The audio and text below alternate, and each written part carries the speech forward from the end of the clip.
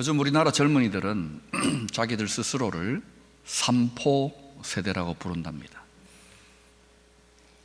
취직하기 어렵고 경제적인 독립이 어렵다고 연애를 포기하고 결혼을 포기하고 애 낳는 것, 이 세 가지를 포기하기 때문이랍니다. 최근에는 두 가지를 더해가지고 오포 세대, 그 두 가지가 뭐냐? 인간관계를 포기한답니다. 집에 콕 들어박혀가지고 텔레비전을 보고 인터넷만 하는 거예요. 또 하나, 자기 집 마련하는 거 아예 포기한답니다. 요즘 젊은이들 사이에 유행하는 말씀이 하나 있어요. 그게 뭐냐? 청춘이라고 쓰고 절망이라고 읽는다. 미래에 대한 희망과 꿈으로 부풀어야 될 젊은이들이 기가 꺾여버린 거예요. 힘들다고. 청년들만 그렇습니까? 학생들, 10대 청소년들 입시 지옥을 살고 있어요. 또한 학원 폭력이 얼마나 무섭습니까? 왕따. 이런 속에서 또 공부한다고 시달리고 하니까 아이들이 건강하게 자라기 너무 힘든 거예요. 괴로운 거예요. 그러니까 1년에 10만 명이 넘는 학생들이 가출을 해버리는 거예요. 10만 명. 학생들만 힘듭니까? 살림 사는 가정주부들, 애 낳고 집안 살림하는 것도 힘들지만 또 먹고 살기 힘들다고 매일 나발을 부는 분들이 있습니다. 뭘 부르냐? 맥주, 소주를 거의 중독 수준으로 병나발을 매일같이 불어대요. 그런 가정주부들이 수십만 명이 넘는다고 합니다. 그러면 직장을 가지면은 평안하고 행복하고 쉽습니까? 아닙니다. 직장 다니는 거 얼마나 힘든지 몰라요. 윗사람 이 사람 눈치 보면서 자식 먹여 살려야 하기 때문에 어쩔 수 없이 하는 분들이 많습니다. 우리나라 최고의 회사 삼성맨들이요, 최근에 짧은 시로 직장생활 애환을 인터넷에 올렸는데 제가 보니까요, 마음은 다가오더라고요. 몇 가지만 소개하면, 제목, 정시퇴근. 내가 맞는 건데 왠지 내가 틀린 느낌. 제목, 출근길. 이제 가면 언제 오나 어이야. 기가 막힙니다. 제목, 임원 자리 화초. 네가 나보다 더 오래 살겠지. 직장인들의 애환이 느껴지지 않습니까? 고달픈 직장일 끝나고 은퇴하면 쉽고 편안하고 여유로울까요? 은퇴하고 나도 고달픈 삶이 따라옵니다. 예기치 못했던 복병들, 빈둥지 증후군, 외로움, 무기력감, 또한 삶에 대한 불안감, 건강에 대한 염려, 이런 것들을 엄습해 옵니다. 다 어려운 거예요. 그런데도 우리는 때때로 이런 착각합니다. 목사님, 왜 나만 이렇게 힘듭니까?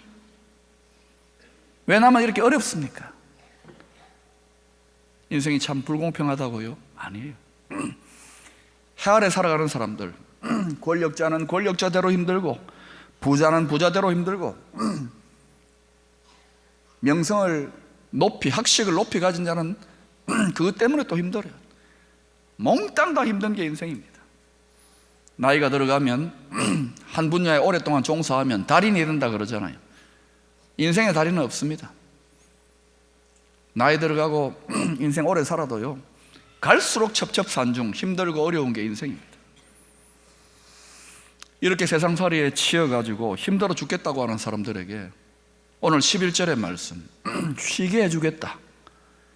이건 너무나도 귀가 확 열리는 복된 소식인 거예요. 여러분이 한번 읽어보실까요? 11절 시작.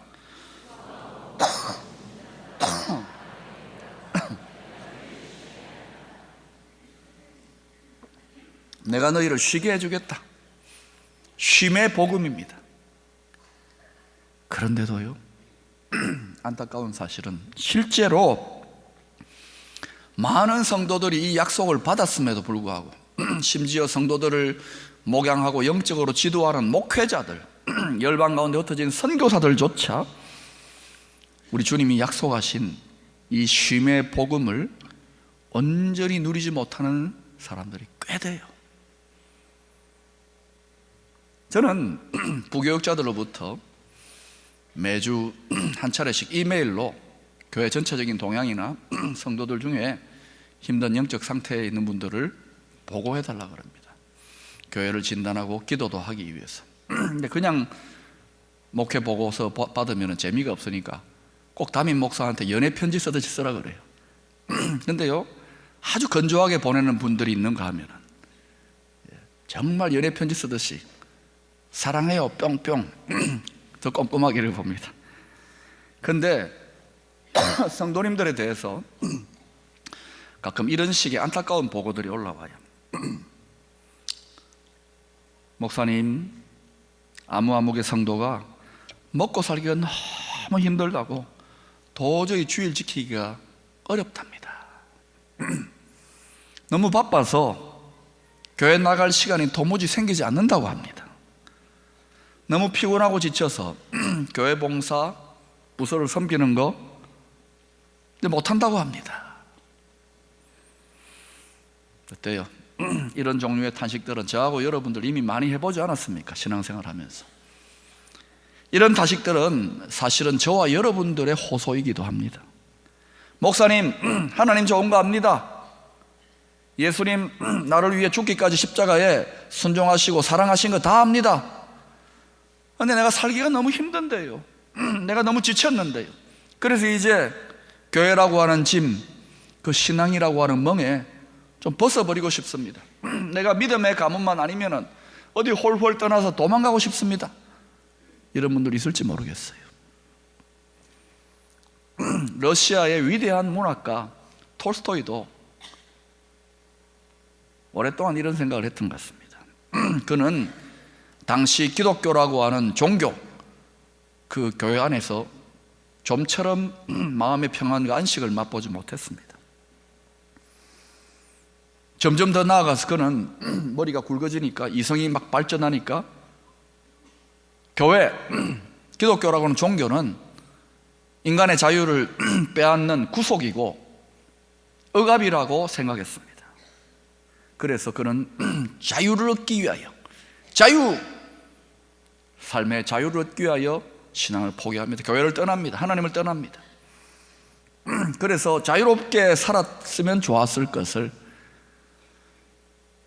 오히려 지독한 방황 속에 그 영혼이 만신창이가 되어 오랫동안 방황하다가 그의 나이 55세에 마침내 돌아온 탕자처럼 주님의 품에 안겨서 그런 이런 고백을 글로 남깁니다. 내 나이 55세, 이제 나는 내가 버린 어머니의 품과 같은 신앙의 품, 교회의 품으로 돌아왔다. 그러나 나는 결코 종교로 돌아온 것이 아니다. 나는 살아계신 예수 그리스도에게로 돌아왔다. 나는 예수 안에서 비로소 참된 마음의 평안과 안식을 맛보았다. 여러분, 기독교라고 하는 종교 자체가, 교회 자체가 여러분에게 마음의 평안과 안식을 준다고 생각하면 큰 오산입니다.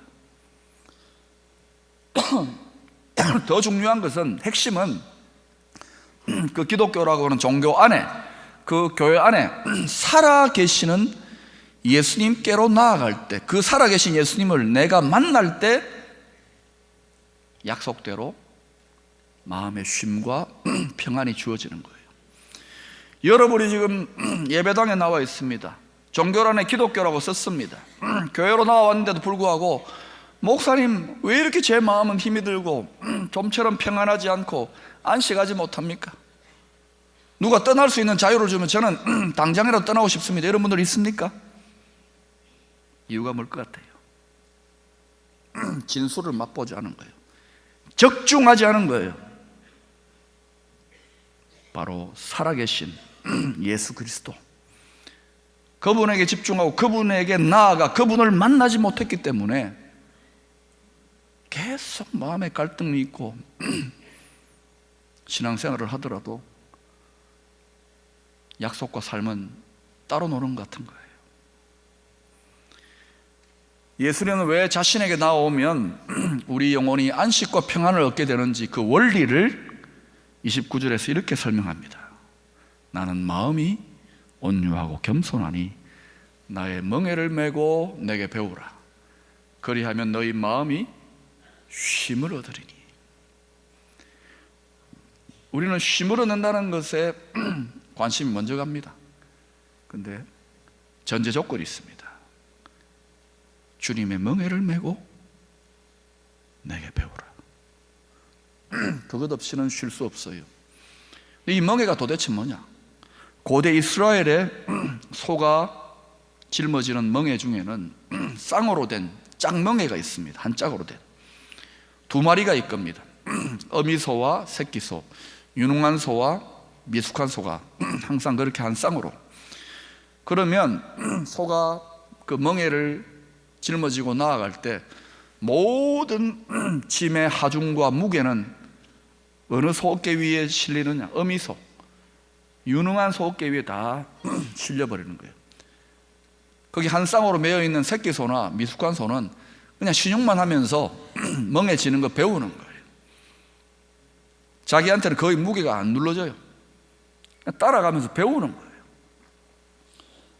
거예요. 여러분, 과거, 현재, 미래 모든 인생의 죄에 무겁게 짓누르는 저주의 짐, 이 모든 수고하고 무거운 짐진 죄의 잔인한 이 무거운 짐들을 누가 다 짊어지셨느냐? 2000년 전 골고다 십자가 언덕에서 우리 주님이 우리들의 어미소가 되어주셔서 다 짊어지셨어요. 이 사실을 믿어야 됩니다. 이거 믿는 것이 기독교 신앙이에요. 그렇다면 우리가 해야 될 일은 뭐냐? 그저 그 십자가 짊어진 주님 곁에서 함께 우리의 십자가, 우리 자신의 자기 십자가의 멍에를 같이 짊어지고 따라가면서 배우는 거예요. 주님의 마음, 주님의 성품을 배우는 거예요. 우리가 짊어져야 될 주님의 멍에, 그 자기 십자가의 멍에는 많은 사역, 위대한 하나님 나라의 꿈과 비전, 또는 여러 가지 힘들고 어려운 선교 사역들, 그것이 아닙니다. 그 핵심이 뭐냐? 그 멍에의 핵심이 뭐냐 하면은 주님 가까이 딱 붙어서 친밀하게 동행하는, 끝까지 함께 걸어가는 거예요. 그럼에도 불구하고 그건 못할 거 있습니까? 하지만은 여전히 많은 성도들, 많은 사역자들, 믿음 좋다고 하는 분들이 여전히 자기 십자가의 멍에, 주님이 우리에게 맡기는 멍에를 힘들고 무겁고 어렵고 괴로운 것으로 생각하는 경향이 있습니다. 심지어 믿음이 좋다고 하는 성도들조차, 믿음이 아주 뛰어나고 주님 사랑하는 성도들조차 이런 식으로 생각하는 경향이 있습니다. 저도 돌아보니까요, 저도 모르게 오랫동안 오해했던 부분이 있었어요. 그렇게 생각했던 거예요. 뭐냐? 비록 힘들고 무겁고 어려운 십자가지만 내가 주님 사랑하니까, 내가 주님 생명 다해 사랑하니까 괴롭고 힘들지만 어렵지만 짊어지겠습니다. 끝까지 그 짊어지죠 뭐. 여러분, 그렇게 신앙생활을 그렇게 주님 따라가면은 거기에 행복이 있을까요? 쉽고 가볍습니까? 기쁨이 있을까요? 거기에는 기쁨이 없어요. 이어지는 30절의 말씀에 우리가 주목해 볼 필요가 있습니다. 뭐라고 이야기합니까? 이는 내 멍에는, 주님의 멍에는 쉽고 주님이 우리에게 주는 짐은 가벼움이라 하시니라. 여러분이 한번 읽어보세요. 시작.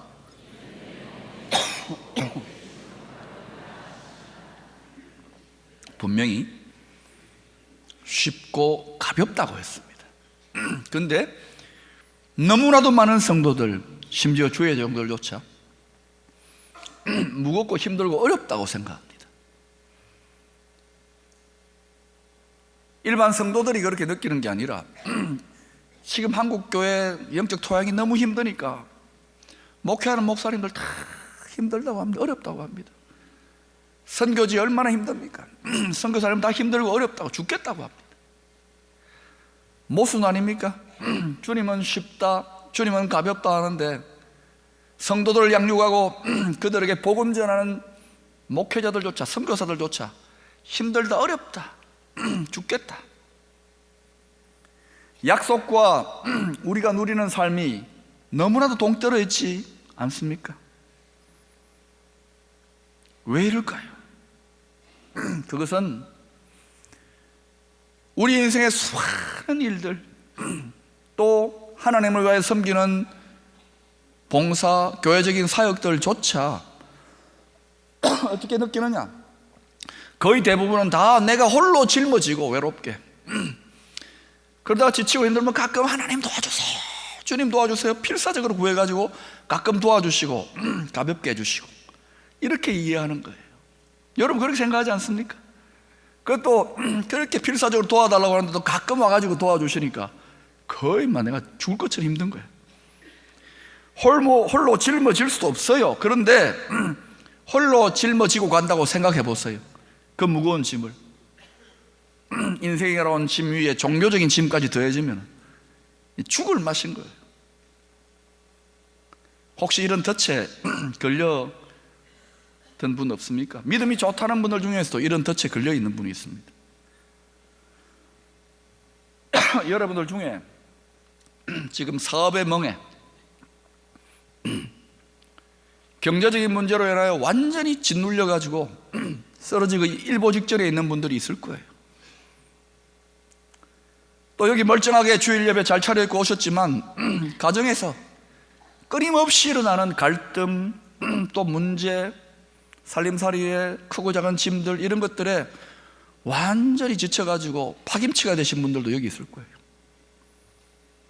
또 여기에는 그저 감기나 몸살 정도가 아니라 중한 질병, 내 생명을 갉아먹고 내 존재 기반 자체를 흔드는 두렵고 무서운 중한 질병, 이런 질병에 고통하며 탄식하는 분들이 있을 겁니다. 두렵지 않습니까? 그런데 여러분, 예수를 믿으면, 하나님을 믿으면, 교회를 믿으면 오해해서는 안 되는 것은 예수 그리스도 뚝딱 하면은, 겁나와라 뚝딱 하면은 모든 인생의 문제가 다 사라져버리고 기적이 짱짱 나타나고, 그거 아닙니다. 성경을 바로 봐야 돼요. 만약 그렇게 하나님을 믿는다 그러면 그 미신입니다. 성경에 나오는 모든 위대한 믿음의 승리자들, 요셉을 들어볼까요? 다니엘을 들어볼까요? 다윗을 들어볼까요?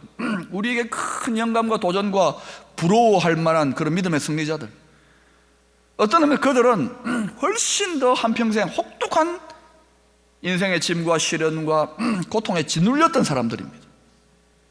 그런데 그들이 짓눌려서 끝장나고 절망하지 않고 다 이겨냈어요. 다 극복했어요. 요셉도 죽을 뻔하다가 노예로 팔려갔다가 감옥에 들어갔는데 열방을 먹이는 자로 하나님이 역전시키잖아요.